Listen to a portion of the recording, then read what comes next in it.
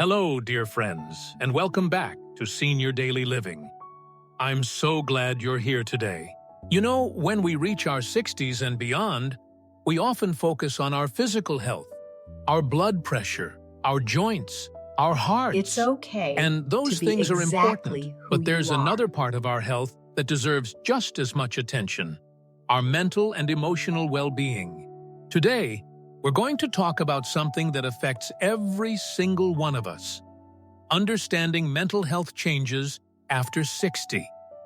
Now, I want you to know right from the start, changes in how we think and feel as we age are completely normal.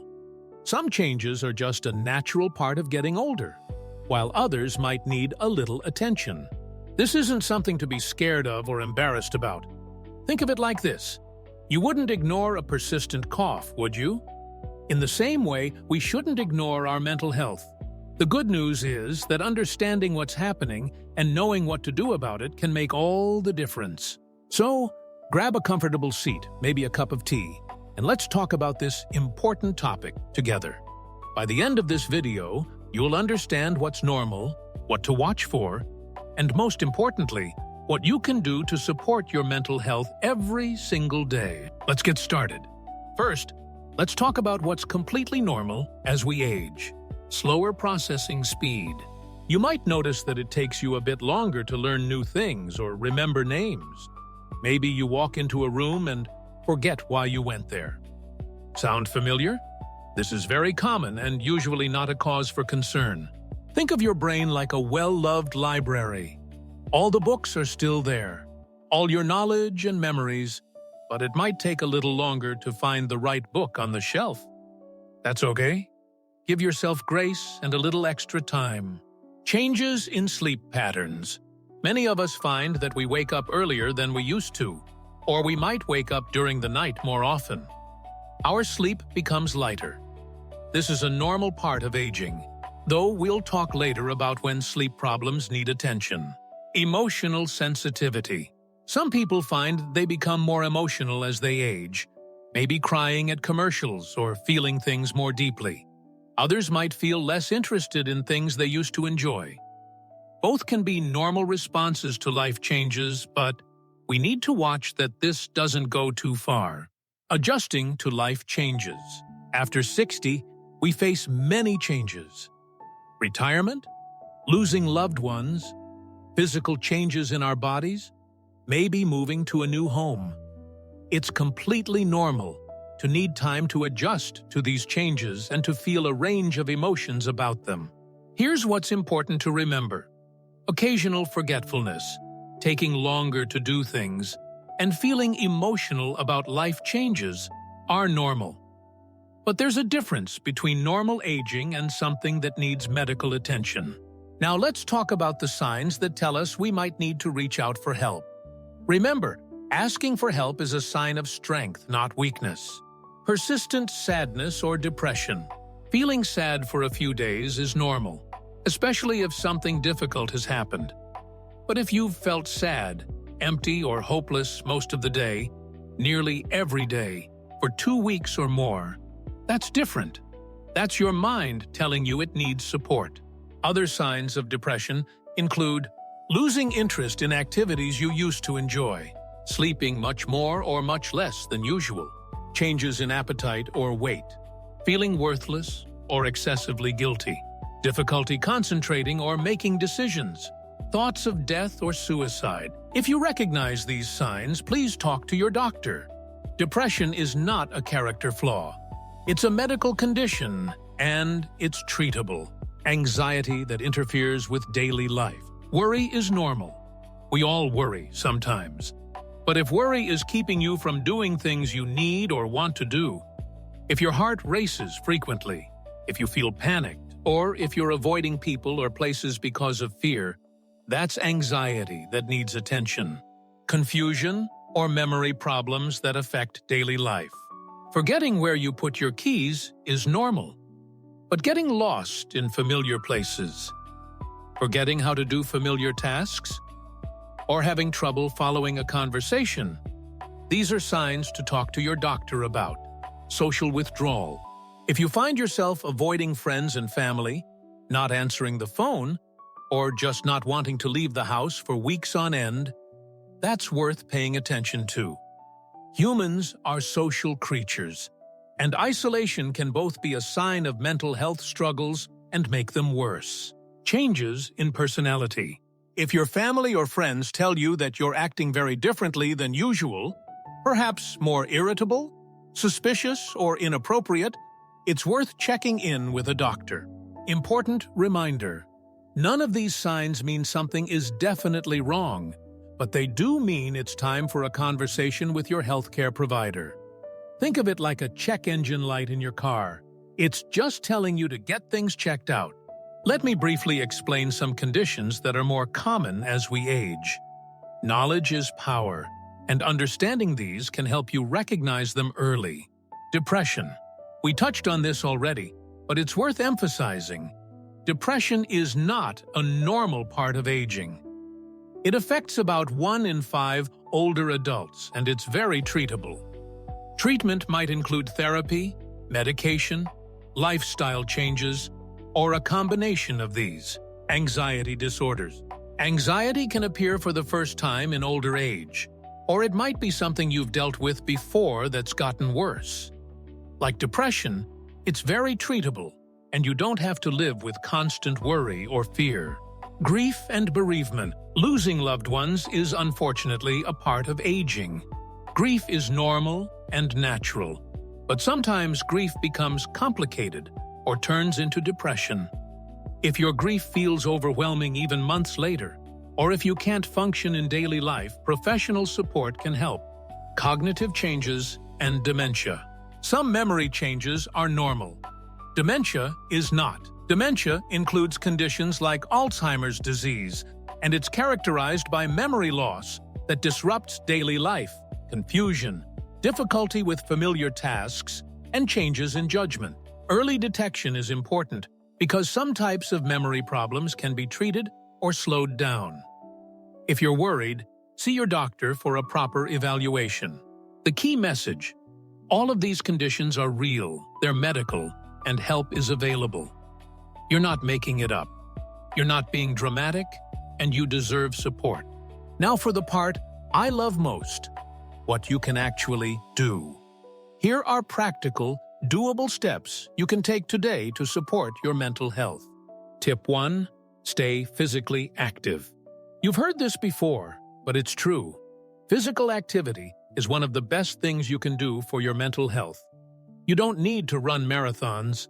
A daily walk around the block, gentle stretching, chair exercises, or water aerobics all count. Aim for at least 20-30 minutes of movement most days. It releases feel-good chemicals in your brain, helps you sleep better, and gives you a sense of accomplishment. Tip 2. Keep your mind active. Engage your brain every day. This might mean reading books or newspapers, doing puzzles or crosswords, learning something new, maybe a language or instrument, playing card games or board games, taking a class at your local community center. The key is to challenge yourself gently. It should feel engaging, not frustrating. Tip 3. Stay connected with others. This is crucial. Loneliness and isolation are serious risks to mental health. Here's how to stay connected. Call a friend or family member regularly. Join a club or group that matches your interests. Volunteer in your community. Attend services at your place of worship if that's meaningful to you. Consider getting a pet if you're able to care for one. Even one meaningful conversation a week can make a real difference. Tip 4. Establish a routine. Our brains like routine. It gives us structure and purpose. Create a daily routine that includes regular wake-up and bedtime, scheduled meals, time for activities you enjoy, time for rest. You'll find this gives your days shape and meaning. And actually, our next video will be all about creating a daily routine for emotional wellness, so make sure you subscribe so you don't miss it. Tip 5. Practice good sleep habits. Quality sleep is essential for mental health. Here's how to improve it.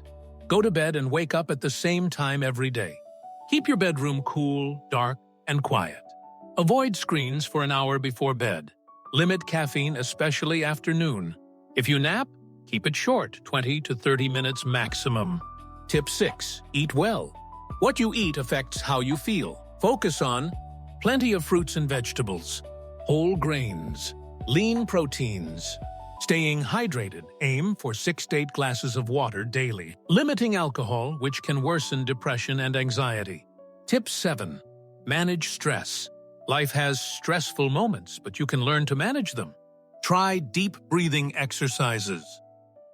Breathe in for 4 counts, out for 4 counts. Practice meditation or prayer if that appeals to you. Spend time in nature. Listen to calming music. Do activities you find relaxing, like gardening or crafts. Tip 8. Keep a purpose. Having meaning in your life is powerful. This might come from spending time with grandchildren, volunteering, pursuing a hobby or passion, mentoring someone younger, working part-time if you enjoy it. You have a lifetime of experience and wisdom. Finding ways to share that gives life purpose. Let's talk about getting help, because this is where many people hesitate, and I don't want you to. When to reach out.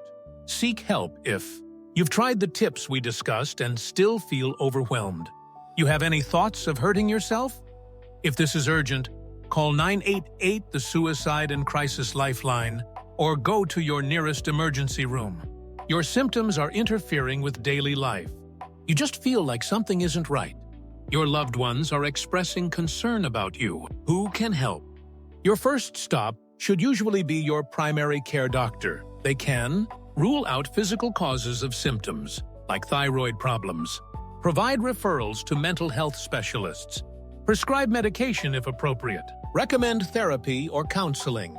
Other helpful resources: psychologists and therapists who specialize in working with older adults, support groups for specific conditions or experiences, your local area agency on aging, which can connect you with resources, community mental health centers. Overcoming barriers. I know some of you might be thinking, mental health care isn't for people like me, or I should be able to handle this myself, or therapy is too expensive. Let me address these. Mental health care is for everyone. Your generation may have grown up being told to tough it out, but we know better now. Getting help is brave. Medicare and many insurance plans cover mental health services. Ask about coverage and sliding scale fees if cost is a concern. Telehealth makes it easier than ever. You can talk to a therapist from home via video call. You deserve to feel well. You deserve support. There's no shame in asking for help. A quick word for those of you who might be worried about a spouse, friend, or family member. How to help. If you're concerned about someone, start a gentle conversation. Say something like, "I've noticed you seem down lately. How are you really doing?" Listen without judgment. Don't try to fix everything. Sometimes people just need to be heard. Encourage them to see their doctor. Offer to go with them if that helps. Stay connected. Regular check-ins matter. Take care of yourself too. Supporting others can be draining, and you need to maintain your own well-being when it's urgent. If someone talks about suicide or you're seriously worried about their safety, don't leave them alone. Call 988, Suicide and Crisis Lifeline, or take them to the emergency room. It's better to overreact than to wait. Well, my friends, we've covered a lot of ground today, haven't we? Let me leave you with this. Your mental health matters just as much as your physical health. The changes that come with aging are real, but they don't define you, and they don't have to control your life. Remember these key points. Some mental changes are normal as we age. Some signs need medical attention, and that's okay. There are many practical things you can do every single day to support your mental well-being. Help is available, and seeking it is a sign of wisdom and strength. You've lived through so much. You've overcome challenges before, and you have the strength to take care of your mental health now. Be patient with yourself. Be kind to yourself. And remember, You don't have to do this alone. If you found this video helpful, please give it a thumbs up and share it with friends who might benefit. And don't forget to subscribe to Senior Daily Living, because next week we'll be talking about creating a daily routine that supports emotional wellness, a perfect follow-up to today's topic. In the description below, I've included some helpful resources, including crisis helplines and websites where you can learn more. Take good care of yourselves, dear friends. I'll see you in the next video.